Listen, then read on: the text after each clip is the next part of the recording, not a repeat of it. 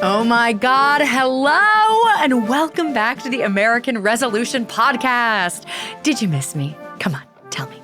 On today's episode, we have Josh Burstein. He is a DNC strategist who formerly worked with the Obama campaign, was recently the creative director of the Democratic National Convention. He's a comedian, and y'all, he is really, really funny. He's also a personal friend who just so happens to be running for DNC vice chair. We'll get to that interview in just a sec, but first, this is a show about problems and solutions, and I am recording this episode in the middle of a very big problem. Many of you know, maybe some of you don't, but I live in Los Angeles, and I've been dealing with the horrendous fires that have claimed lives, businesses, homes, and certainly every Angelino's mental health. Dry January has been so screwed for me.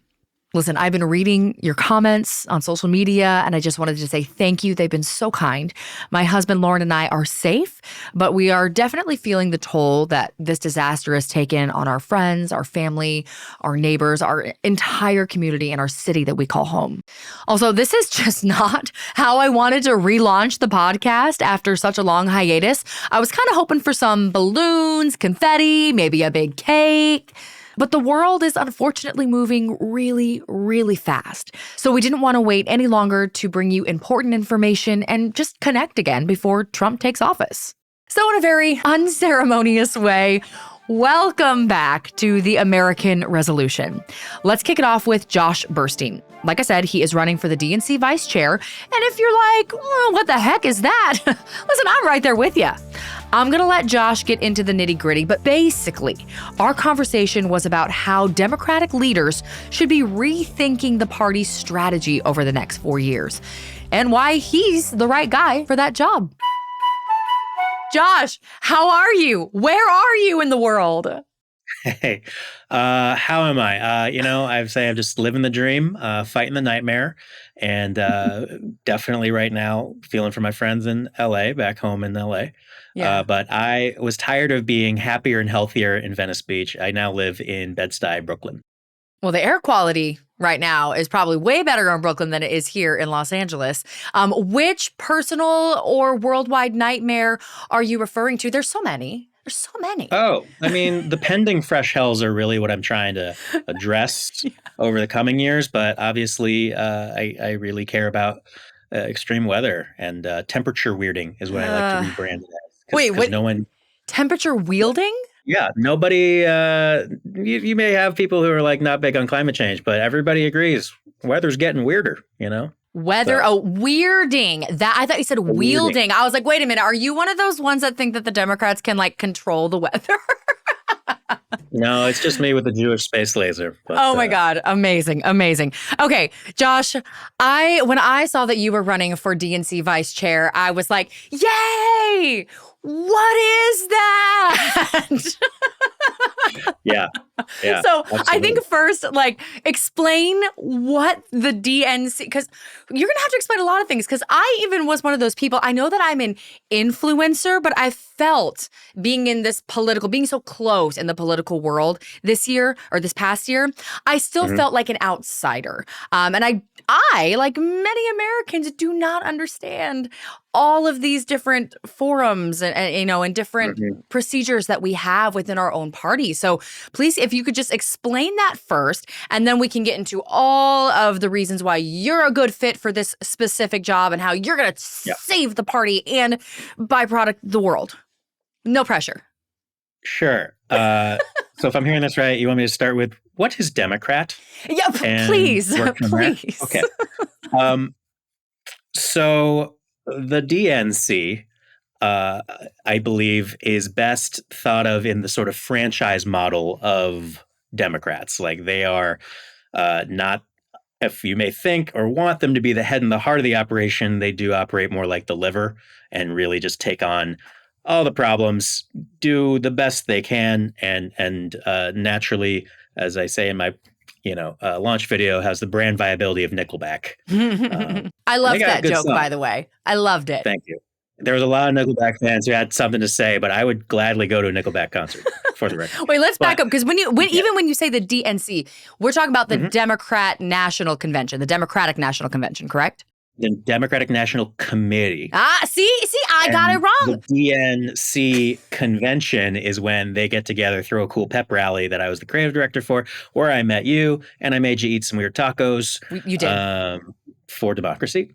You did. And there's also the D-TRIP, the congressional one, the DSCC for Senate, the DGA for governors, the mayors, everybody's got one. And of course, the state parties, where I really loved like super serving people the resources they need to win the states so we win the elections. See, I think you and should so just everybody's got one. I Yeah. think you should just be appointed because you know all of the acronyms. You're so much further ahead than 90% of us Democrats. So we're plugged in. I'm plugged in. I didn't know any of that. Yeah. The DVSC. And you keep going. Democratic Virtue Signaling Committee. No. Yeah. So, okay. So the DNC, after all of that stuff. Thank you. Recognizing that they are, built as a entity to help Democrats win everywhere, has a election for their leadership at the top of this year. The election is at the end of the month, and that's where you get your chair. And that's where you get other folks like vice chairs, secretary, etc. The vice chair has no defined role, and I think it should do something. So that's why I'm running, because sometimes it's just like for folks to have a LinkedIn blue check mark and be able to go to like a dinner and talk for 10 minutes about why the Democrats are great. But I think it needs to be someone who actually knows how to enact the changes that we're all seeking right now. And so as somebody who has served on the ground every presidential campaign since it was called New Media for Barack Obama, and someone who served in that building, but then have outside perspectives from doing entrepreneurial work or, nonprofits or as a correspondent or a stand-up comedian trying to, get people to think about infrastructure in Trump country and not having them all, shout me down when I start talking about Joe Biden. But yeah, there's just a lot of problems, and we're going to have less resources and need to do more with them. So I'm trying to run to be scrappy and modernize as quickly as possible and get people to feel represented by this thing. Well, perhaps you knew this, perhaps you didn't, but this show, The American Resolution, is a show about problems and solutions. So let's start with the problems of the Democratic Party. Yeah. Where to begin? I alone can solve them. See, and now you can be president. Now you're jumping from the DNC to just the president because I alone. How many times have we heard that? Oh, well, God. I think that's the other weird thing about like saying where we are right now, being bunker busted, losing the White House. It means that we don't have a lot of levers of power to change this. We're going to hurt more before it gets better. And so that's the weird part of the shift where, the DNC matters less when you have the White House and the convening power is at the White House and not the DNC. But this is the moment where I really feel it has to be a stronghold for the good ideas and the good people. And we just got to be ready for the biggest pendulum shift next even numbered October. And that starts like yesterday and not, being as lizard brain and reactive to whatever fresh hells the orange troll wants to give us. Which is just, I've had to rethink like my role in all of this too, as like an influencer and as a political commentator and stuff too, because I was so ready to start solving these problems. And now I just feel like I'm just going to get stuck in this like doom loop of reaction. But you're right. So let me do that from my little microphone and you get down there. You said it here. It's like we need to start yesterday on what exactly everybody's talking about. You mentioned like the new media, but we're also talking about right now a new media. Like, what do you think that looks like? What do we have to get started on yesterday? What are you talking about? Well, I'm glad we're talking about the creator side of things because it's not just the bright, shiny thing of the movement. It matters that the Tribune's print circulation is 73,000 and, MSNBC gets like 60,000 viewers off prime time. So the idea that like press secretaries aren't nurturing relationships with people like you who can get a lot larger audience, a lot more specific to different issues and different regions. Like this is the game now, and it is so decentralized.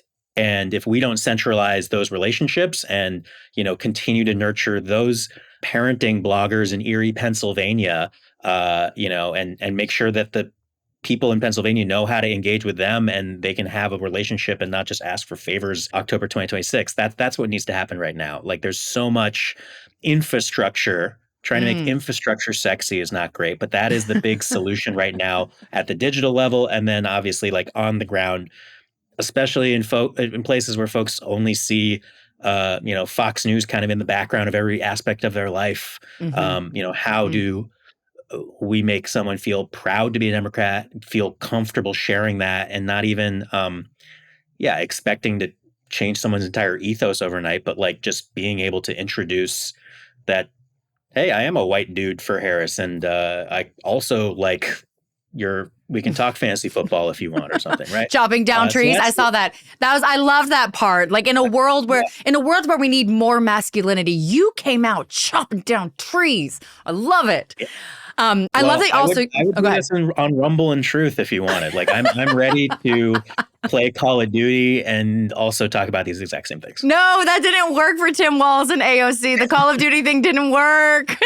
I'm glad that you said infrastructure because I have this quote from Politico, and they're talking. We'll talk about the first part of what they said here first, but let's jump to the second part. They said, they all agreed, and they're talking about the people who are voting, the DNC themselves here. They all agreed that the party needed to reground its identity with the working class. Again, we'll come back to that, and commit to a permanent campaign infrastructure across the country. Do you agree with that? And what does that permanent campaign infrastructure mean and look like to you as the vice chair? Wow. Good pull quote. What that means to me, and I love to hear it, is that we've spent so much time essentially building this startup that the day of the IPO, election day, we're like, win or lose, we're like, that was great. We all worked really well together, but like, see you in 4 years. We just like disintegrate the whole thing. And there's not even enough money to like keep a couple servers on to keep some of these tools going. And I think that people have wisened up to that being a terrible idea. But that doesn't mean that people in the building know what these tools were or value outside tactics. When it comes to branding, something that I think we are in dear need of like a proper overhaul of, it's not that people have ever committed to the same sort of thing that you would do if you were at a marketing agency. It's just they only know a permanent campaign infrastructure that will always be reactionary and never change. So I don't like the idea and only every other 4 years or an election year, like small during the midterms and then giant every 4 years. And I think like what you're saying here too is like this infrastructure. I think that also gets missed in this conversation of, infrastructure sounds so silly and like influencers sound so like just the right has this. And I think that's getting missed in this conversation because so much hate I feel like comes from the Democrats. And we saw that at the DNC with the regular mainstream media attacking stuff. But like nobody ever attacks Charlie Kirk. Like, nobody ever comes after Ben Shapiro. And, most of these influencers who are trying to like build this quote unquote infrastructure have really only been doing this for the last like 4 years. Like so the biggest people in our space, like Brian Tyler Cohen and Lee McGowan of Politics Girl, like we all got started around the same time. Only in 2020, only 4 years ago. Like how long has the right had Fox News? And how long has the right had The Turning Point and The Daily Caller and things like that, that is an infrastructure. That is a permanent infrastructure of right-wing messaging. How we gonna build that and how you gonna do it? I mean, listen, I think we might have blockbuster videoed this situation. Good way of putting it. Because we definitely were the more savvy ones, but somewhere around 2012, we like kind of stopped doing that. And, if China's got a 100-year plan and the Republicans know like, hey, we're doing things by parroting the exact same stuff and investing at this like local level and creating parasocial relationships, not overnight astroturfing like a month before the election, but like thinking far out. they benefit from, not actually having to solve things and just are good at dismantling things. We have a real tough time messaging. And so I'd say maybe like beyond having better communication between folks like you and having a bit of a hype house model of like, how do we actually champion each other's messages? It's also, having better consistent messaging, keep looping back to sort of the food pyramid of democratic messaging, which is jobs, jobs, jobs, economy, healthcare policies that pass the Bechdel test, maybe climate, and then everything else, right? So it's like, Yeah. we, especially last year, fell into all the traps of talking about sort of purity tests or social issues when we had great job numbers, we had great, the infrastructure bill, things to talk about, things to champion. We Right. could have put our autograph on the checks like Donnie does, and that would have reached a lot more people, right? Like there's just like certain things where we don't do a good job of messaging on the work we're already doing. So back to messaging. Yes, agreed that we need more of a messaging platform. We need a permanent infrastructure to get this message out. Now the question is, who are we messaging to and what is that message? And I think that's kind of like, we can say it all day, like it's the economy, stupid. And I think if you want like my opinion on what went wrong, like exactly what you said, there was a lot of purity tests, there was a lot of virtual signaling, but like at the end of the day, people vote with their wallets. Bill Clinton was not wrong when he said it's the economy, stupid. Is that what you think? Do you think it should be more about the economy? Do you think we should lead with climate, DEI, income inequality, which of course relates back to the economy? But this idea that we now have like an oligarchy, like ruling class, like what is that message that we're gonna all kind of centralize somehow, some way? Yeah. Well, what it isn't is somehow not being the party of the working class and the stupid rich. Somehow we've lost both of them, and that's why we're losing. So it's like recognizing that the reason we have a toxic brand right now is the smug alert. You're gonna throw out that word, we toxic. You're not wrong, but that hurts to my core. We earn it back by actually showing up, being a presence, and when they are actually going to be hurting and recognizing maybe this guy is not going to follow through on all of his promises, not being like, I told you so, but keeping an open arm out there. And like, that means that our like county level offices and these micro influencers are empowered to keep the lights on at all times and be the ones helping with the genuine support, genuine resources in communities.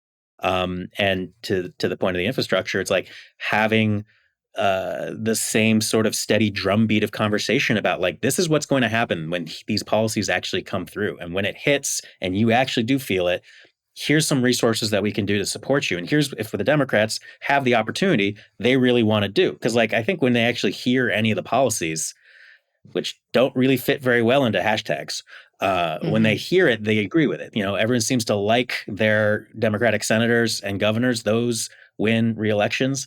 It's just the big dance that really shakes a lot up. And we have not provided enough foundation at every level to ensure more wins. No, we certainly haven't.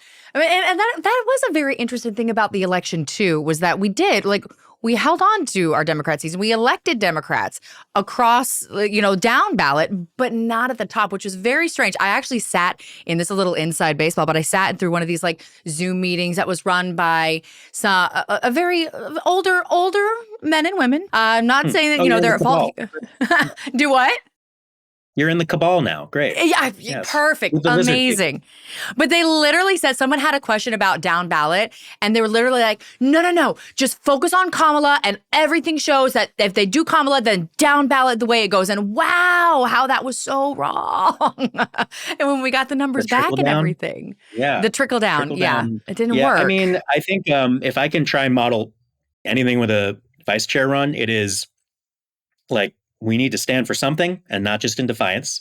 And you need to let your personality shine through, whatever that is. So I'm not suggesting everybody puts on boxing gloves and tries to chop wood. which was highly dangerous. If you But here in like LA, it's needed, living, actually. oh, honestly, I would be there. I mean, I am intending to do some recovery efforts on the other side of all this and channel Yeah. my inner We will. Carter. We're gonna need you. We went out and volunteered just the other day, and literally, my husband was chopping down trees. Like I didn't know that was a skill he possessed. His masculinity came right out, but you're like, I didn't know that it was a skill that anybody had. But all these people with chainsaws, like we're gonna need we're gonna need some people who can chop down some trees too. But And that anyway, is not an exclusively, binary no, occupation. definitely I think not. everyone can send some logs down. I Yeah, don't know if blow you want to down. trust me with a chainsaw, though. Let's just be real about that. Mhm, mhm. I talk about people like having their own personality. I'm not suggesting like Governor Tony Evers makes a video like my lunch video, right? It is just saying that the things that we're learning from influencers like you, the things that like really work for AOC in terms of, making things more transparent and just, taking people along for the ride, like that is something that can work, even if her policies are not going to necessarily work in rural America, for example, right? Like everyone Mhm. can operate under the you do you strategy, which I think weirdly, I think Waltz talked about it a little bit, but like that's a very democratic value. And for some reason, the Republicans get to own that, like they're about freedom, right? Like we are the ones trying to actually say, here is our Justice League of all these different people with these different skills, and we're going to come together and actively try and not screw over the middle class. And Mhm. our battle is with these people and not infighting on how we go about that. Like, right, we all basically agree on the same policies. We just disagree on the tactics. And that's kind of what Mhm. this election coming up is important about, because 450 decentralized members of the Democratic Party are going to decide what about half of America really wants to change, and identifies with theoretically. That's so Democrats. scary to me. I did not know, like, until, I mean, I knew a little bit about this, but again, like, I learned so much this year. First of all, getting just out of my influencer bubble, like my home studio that you're literally looking at right now, like getting out into the world. That was the first time that I had been invited, but also my first time ever seeing it. And like all these other institutions, and like when you hear about stuff, I love to think that we sit on our throne of morals here. But when it comes down to it, you're like, and 400 people will decide the fate of America. It's like, whoa, it's a little scary.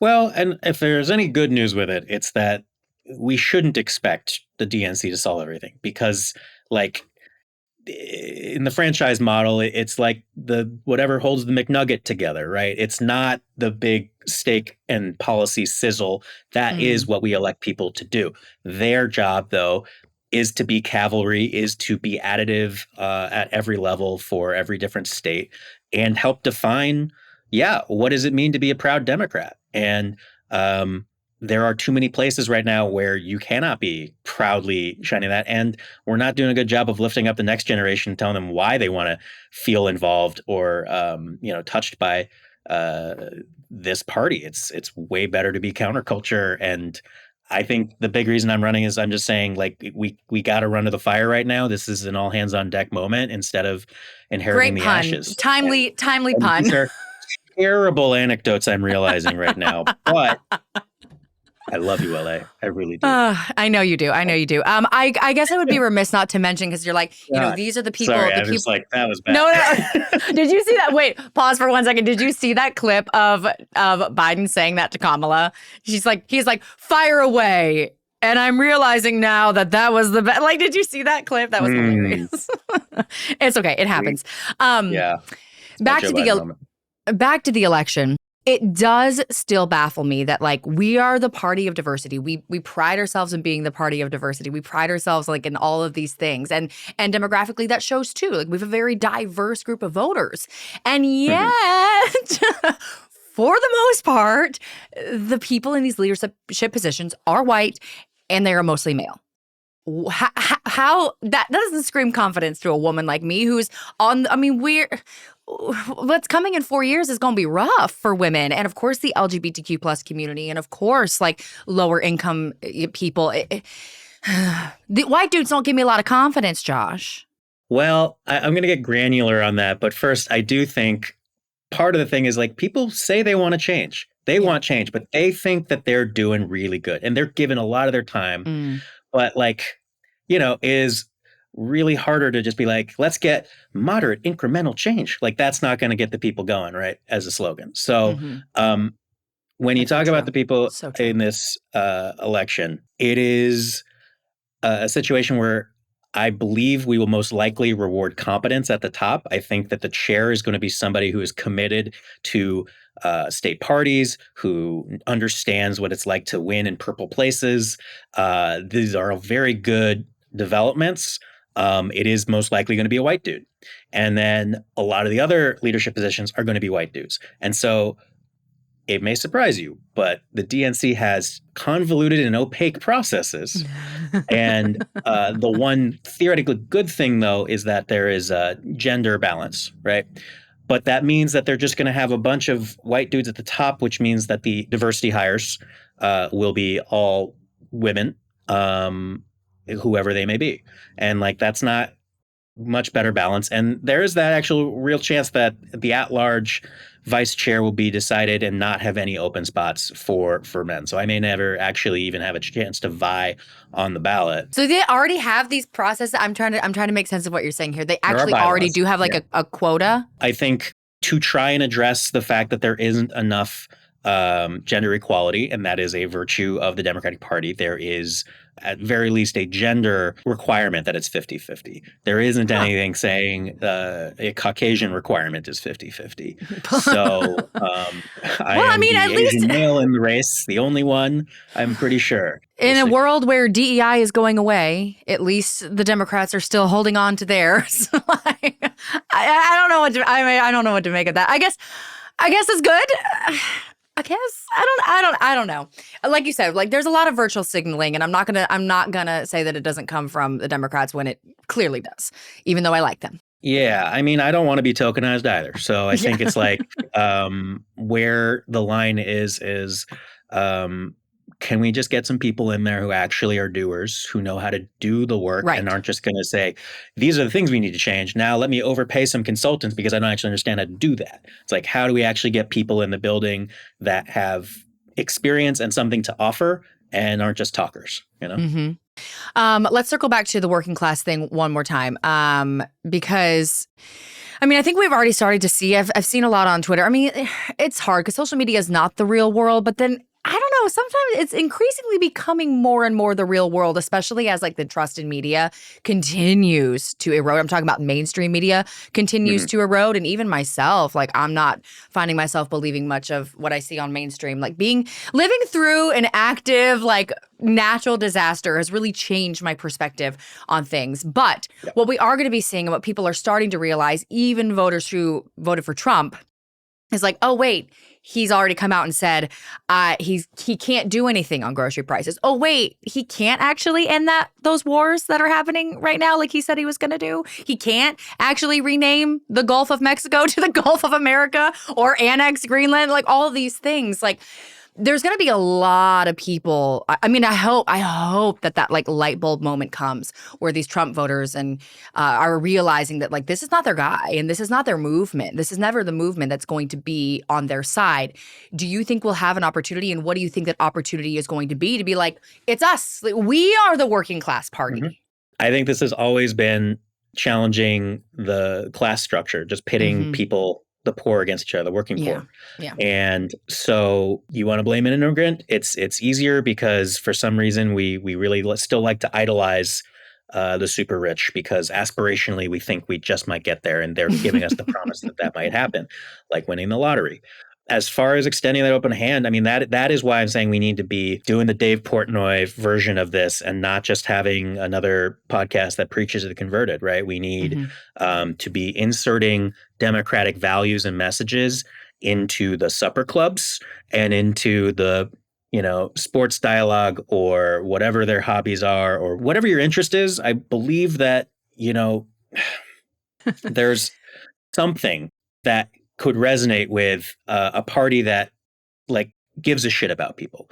It's hard to want to build this from scratch, and I think this is something that you said in your campaign video too. It's like everybody was talking about the Joe Rogan of the left, and when you said we need to insert ourselves in like basically popular culture, which is also kind of crazy because left-leaning politics and progressive values kind of always have had culture. We've always kind of had that stronghold on culture, and we're seeing now that that's going away. I mean, one of my faves, Carrie Underwood, she's gone full NAGA. Like, Really? oh yeah, they announced today that she's going to be singing at Trump's inauguration. She's a massive star. She's obviously she was American Idol. She's a current judge on American Idol. And I read this article right after Trump won saying that like we are going to start see the sliding of like pop culture back into like more conservative values, more heteronormative like relationships, more white people, like all this stuff to placate what's happening now. And a lot of people say, and you can push back on this, like we need a Joe Rogan of the left, which kind of sounded like what you were saying, but I know you don't believe that. What do we actually need? I'm saying we need to be everywhere, everything all at once, which is not an perfect, easy awesome, say, done, easy. Thanks, Josh. Thanks, we got this. Yeah, there is none of that. But what you just raised with Carrie is interesting to me. Is that one of the biggest things that I'm worried about on the other side of this, other than a lot of people hurting, is there is no shining beacon on a hill to the rest of the world, right? Like if we say America first, we don't want you here. There are so many other people in this world that have less than us who are struggling and dream of the opportunity and promise of America. And I think that the second we lose that in the culture and the soft power of, I blame Squid Game, but no, like it's just that like there's not just like every backdrop being New York, right? Like not everything everyone sees across the world is based in the US or a Hollywood product. We are importing now. And so I think that there's a chance that in just a short amount of time, because of this dude, it is very unpopular to like America. And it's only by trends that I think a lot of people understand different cultures, and that can also just create a lot of conflict and misunderstandings with our allies. And I don't think we ever get that back. It's just that like, where are our institutions going to and culture be able to earn trust again? Kind of sounds like we're standing on the edge of a cliff here, Josh. Oh, yeah. Well, I like to talk about the end of the world with positivity. Okay, great. As we should. This is an opportunity for someone. It's just not us. It's Elon and Mark and Jeff. It's their time to shine, and I hope they do a modicum of good with their time. But I think it is that like there's no monopoly of bad ideas to either party, and this is being proven on the daily. So can't do nothing though. And that's at least why I'm running, because I think there's a lot of people who just want to completely tune out. And I totally understand for mental health, that's probably best. But that's what the bad people want. And what's going to get you to maybe not give 0 Fs, but the right Fs, and say, this is what I want to champion in my community, because I don't know how to stop climate change by myself, but I do know that this thing in my community, like I'm gonna make sure that fix the pothole, fix the schools, champion whatever activates you. And I do think the future is local, especially for the next 4 years, in the absence of having a lot of power in Washington. I love that. The future is local. That's really good. Should that be your campaign slogan? The future is local. I had to cut it for time, getting to that hard 90, but it was in there. And I don't want to take, the T-shirt, because I feel like that would be like, I don't know, get canceled by the whole Women's March. I was about to say, you're going to have to order it off Amazon, and then we're right back into this cycle. Yeah. Josh, thank you. I wish you all the best in this. I can't vote. No one listening can probably vote, but... No. Well, that's the weird thing about this thing too. But like, I guess my one ask then to the audience, to you and everyone else, is just like, continue to have these conversations. Yes. And hopefully, if you share what we're talking about, this can start new dialogues and eventually through our Ponzi scheme, it'll reach some of these members and they'll be like, hey, maybe we should have a Department of Public Engagement for digital because like everything is digital at this point. In fact, this is digital. We're finding out right here. Right now. If only we had known about the internet before the election. Yeah. If only. I mean, they're using like playbooks that still have those little ream paper. You know what I mean? I know. I like, can't. Like this is the move. We got to keep doing it. Maybe we get a charming Muslim from Kenya to run this time. See what happens. Oh my God. Thank you so much, Josh. Oh, thank you. Thank you for joining the American Resolution. And hey, if you want to watch this episode, you can find the videos on YouTube at The American Resolution. And also join the conversation by following us at American Resolution Pod on every social platform. This podcast is a production of Rat Trap Entertainment in partnership with Sheila Conlon and Cabana 14 Productions. Produced by Heather Gardner and Lauren Gardner with limited support from their cat, that little bastard.